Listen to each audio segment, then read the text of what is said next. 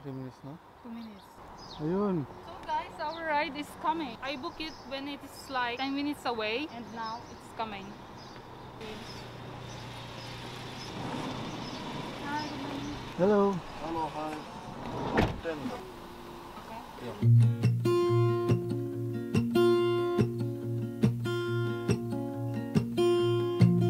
There's a lot of colors, I don't know where to go. So guys, now we're inside the Ajman BOD and we're going to corniche. Actually, this is new guys. At isa pang kagandahan dito guys, nag-book kami ng dalawa. Magkano lang yung binayaran natin? 10 dirham. It's only 10 dirham ang binayaran namin papuntang corniche. Tapos, tingnan nyo naman, solo-solo namin.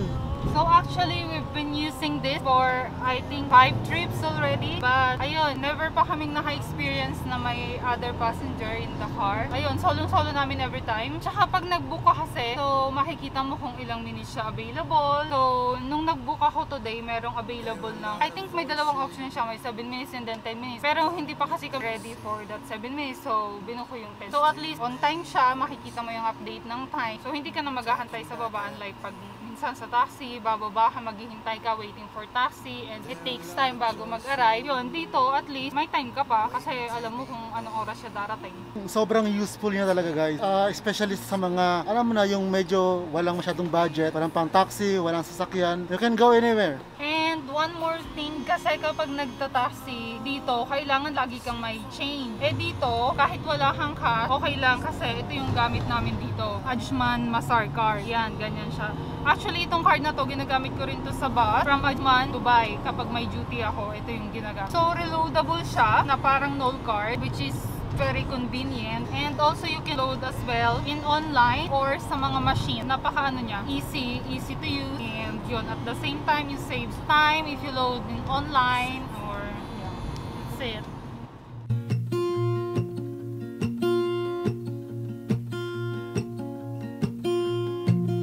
There's a lot of colors. See you again.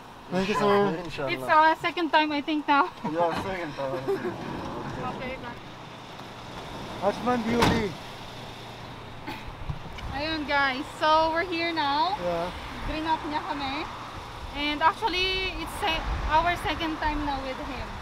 So, yeah. Thank you sir.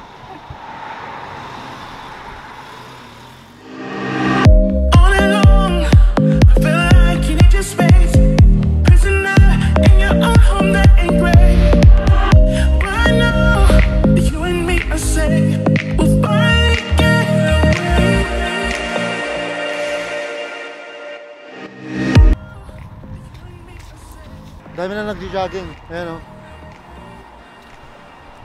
Dito na inabot si kuya ng antok. So ayun guys, actually yung Ajman BOD, kaya siya BOD, it's because bus on demand. Yun. Actually, when we spoke to one of the driver, he said na it's only like 4 buses in Ajman because actually it's new and not so many people know this bus. Actually, I got to know only from our friend. Her name is Sheila. So she's the one who told us regarding this Ajman BOD that she always uses the bus and it costs her less if she goes to mall or other places. Then we try it. Actually, I installed it before, but I didn't use. Then I erased, then I reinstall it again.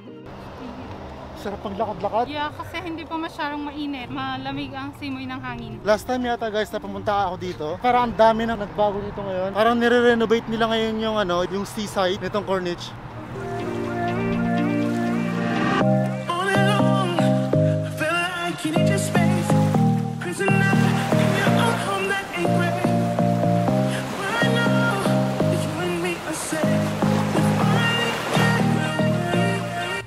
Actually, I'm done swimming. Now it's his turn. He's there. He will have his final swim and then we're gonna go home. The sun is coming up. Medyo konti lang ngayon yung mga tao kasi yung ibang part ng beach is closed. So now we're going home. So if you're living in Ajman, yun, you can install Ajman BOD. The BOD is bus on demand. Just install the app and try to use it. Ilalagay namin guys sa description. Yeah, yung link. And hindi buong Ajman, yung cover nung bus. There is selected zone only. Pero makikita nyo naman yun. Once na nagpin ka ng home and kapag hindi niya sakop, nakalagay doon na out of zone.